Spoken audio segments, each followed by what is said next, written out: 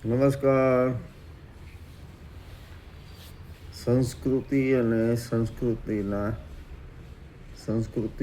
સંસ્કૃતિને ચાહનારા માટે ખૂબ ખૂબ ખૂબ સારા સમય.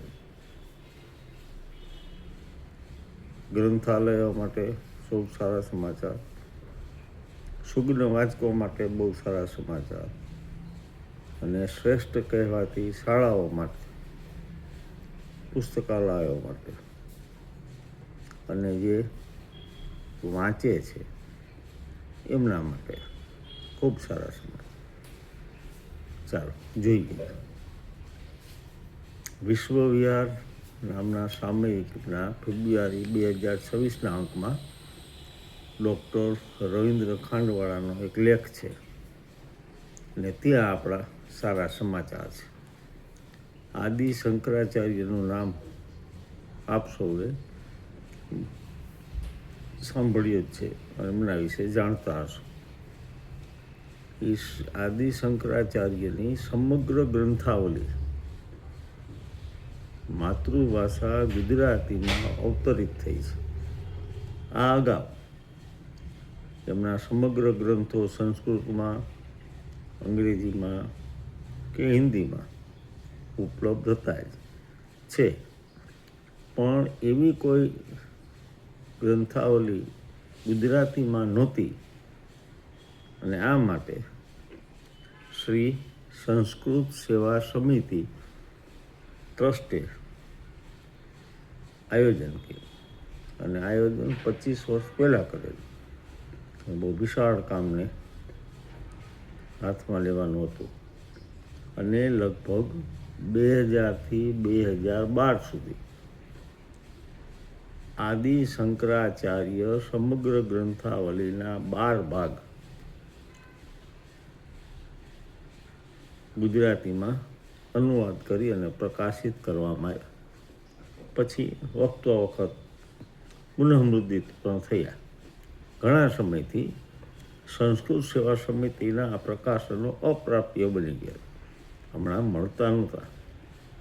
આનંદ અને ગૌરવની વાત એ છે કે ગુજરાતને સસ્તું અને સારું સાહિત્ય આપવાનું અભિયાન જે 100 વર્ષોથી કરે છે, તે વિભૂતિ ભિક્ષુ અખંડ આનંદજી દ્વારા સ્થાપિત સસ્તું સાહિત્ય મુદ્રાલય ટ્રસ્ટે આ આદિ શંકરાચાર્ય સમગ્ર ગ્રંથાવલીના શેષ અન્ય 3 ગ્રંથોને ગુજરાતી અનુવાદ કરી અને કુલ 15 ભાગમાં એનું પુનઃમુદ્રણ કર્યું. દેવભાષા સંસ્કૃતના જ્ઞાનના હિમાલય સમાય આદિ શંકરાચાર્યજી દ્વારા રચાયેલું સમગ્ર સાહિત્ય માતૃભાષા ગુજરાતીમાં અવતરણ કરવાનું ભગીરથ કાર્ય અનંતશ્રી વિભૂષિત વેદ દર્શનાચાર્ય મહામંડલેશ્વર બ્રહ્મલીન સ્વામી શ્રી ગંગેશ્વરાનંદજી મહારાજ ઉદાસીનના કૃપાપાત્ર સંસ્કૃત ભાષા સાહિત્ય આંતરરાષ્ટ્રીય ખ્યાતિ પ્રાપ્ત રાષ્ટ્રપતિ દ્વારા પુરસ્કૃત વરિષ્ઠ વિદ્વાન સંસ્કૃત સેવા સમિતિના અધ્યક્ષતાપક અને અધ્યક્ષ, ગુજરાત સંસ્કૃત સાહિત્ય અકાદમીના પ્રથમ અધ્યક્ષ ડૉક્ટર ગૌતમભાઈ પટેલ દ્વારા સંપન્ન થઈ. 90મા વર્ષે પણ એટલા જ કાર્યરત. 90મા વર્ષે પણ એમના દ્વારા સંપાદિત આ મહાન સંપાદન કાર્ય માતૃભાષા ગુજરાતીમાં અનુવાદ થયેલા કાર્યોમાં ઐતિહાસિક અને સીમાચૂર્ણરૂપ બની છે. આદિ શંકરાચાર્ય મધ્યકાલીન ભારતમાં જે સાંપ્રદાયિક અને આંતરિક વિખવાદો અને બાહ્ય આક્રમણથી મૃતપાય બની ગયેલી ધાર્મિક, આધ્યાત્મિક અને સામાજિક ચેતનાને પુનઃ જાગૃત કરીને એમાં નવા પ્રાણ પૂરેલા અને નવજીવન બક્ષેલું, જે આપ જાણતા હશો. તેઓ માત્ર 32 વર્ષના આયુષ્યમાં પ્રમુખ ઉપનિષદો, બ્રહ્મસૂત્ર અને શ્રીમદ ભગવદ્ ગીતા પ્રસ્થાન યત્રી પર ભાષ્યો રચી કેવલ દ્વૈતની સ્થાપના કરી. તત્કાલીન ભારતને 4 દિશામાં 4 મઠની સ્થાપના કરીને એકત્વ બક્ષ્યું.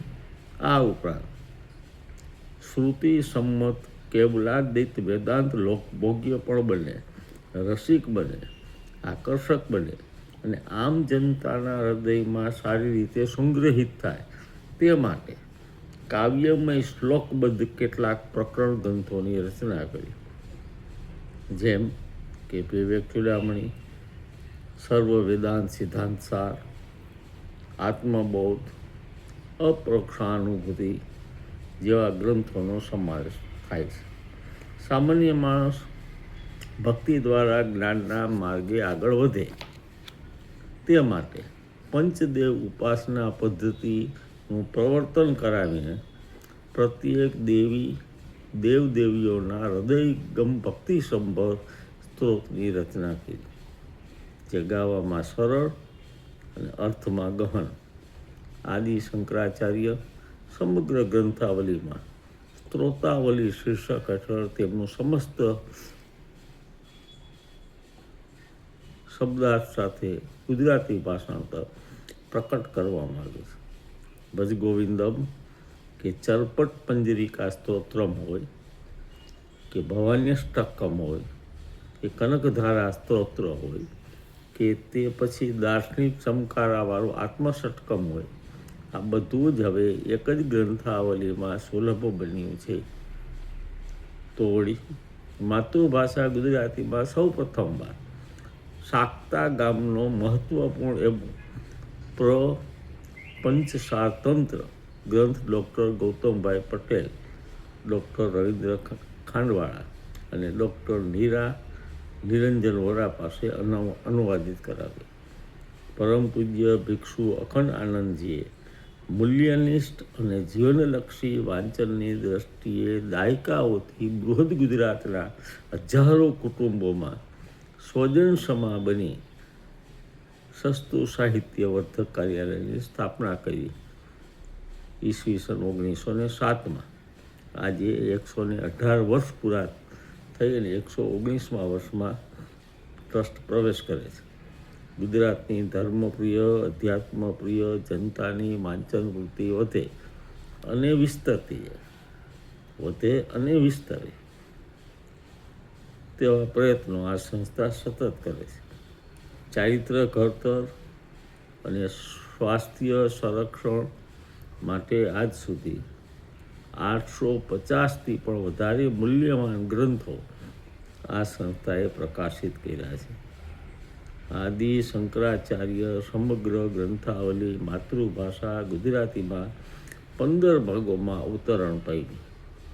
આમાં સ્વ નીલમબેન પટેલ, સ્વર્ગસ્થ ડૉક્ટર આર.ટી. વ્યાસ, ડૉક્ટર ઉર્મિ શાહ, ડૉક્ટર રવિન્દ્ર ખાંડવાળા અને ડૉક્ટર નિરંજના વોરાએ અનુવાદક તરીકે સહયોગ આપ્યો છે. તારીખ 15મી જાન્યુઆરી 2026ના રોજ ટાગોર હોલ, અમદાવાદ ખાતે કેન્દ્રીય ગૃહમંત્રી અને સહકાર મંત્રી આદરણીય શ્રી અમિતભાઈ શાહના હસ્તે શ્રી સુરેશ સોનીજી, મેયર શ્રી પ્રતિમા જૈન તથા પદ્મશ્રી કુમારપાળ દેસાઈ, પદ્મશ્રી તુષાર શુક્લ, ગુજરાતી સાહિત્ય અકાદમીના અધ્યક્ષ શ્રી ભાગ્ય જહાં તથા અમદાવાદના પ્રબુદ્ધ નાગરિકોની ઉપસ્થિતિમાં આદિ શંકરાચાર્ય સમગ્ર ગ્રંથાવલીનું લોકાર્પણ કરવામાં આવ્યું છે. વસાવો, વાંચો, આપની મહાશાળાને સમૃદ્ધ કરો. ગ્રામ્ય પુસ્તકાલય કે શહેરી પુસ્તકાલયને પણ સમૃદ્ધ કરો. ખરેખર વાંચવા જેવું અને વસાવા જેવું. આવી સરસ ભેટ જો કોઈને આપી શકો તો તે સૌથી સર્વોત્તમ ભેટ ગણાય. વિશ્વવિહારનો પણ ધન્યવાદ કે આ નોંધ મૂકી ને આપણને બધાને એમનો ખ્યાલ આવ્યો. આદિ શંકરાચાર્યજીને પ્રણામ અને આ ટ્રસ્ટને પ્રણામ કે જેમને આવું ભગીરથ કાર્ય હાથમાં લીધું અને એને સંપન્ન કર્યું. પ્રણામ. જય અરુણાચલ.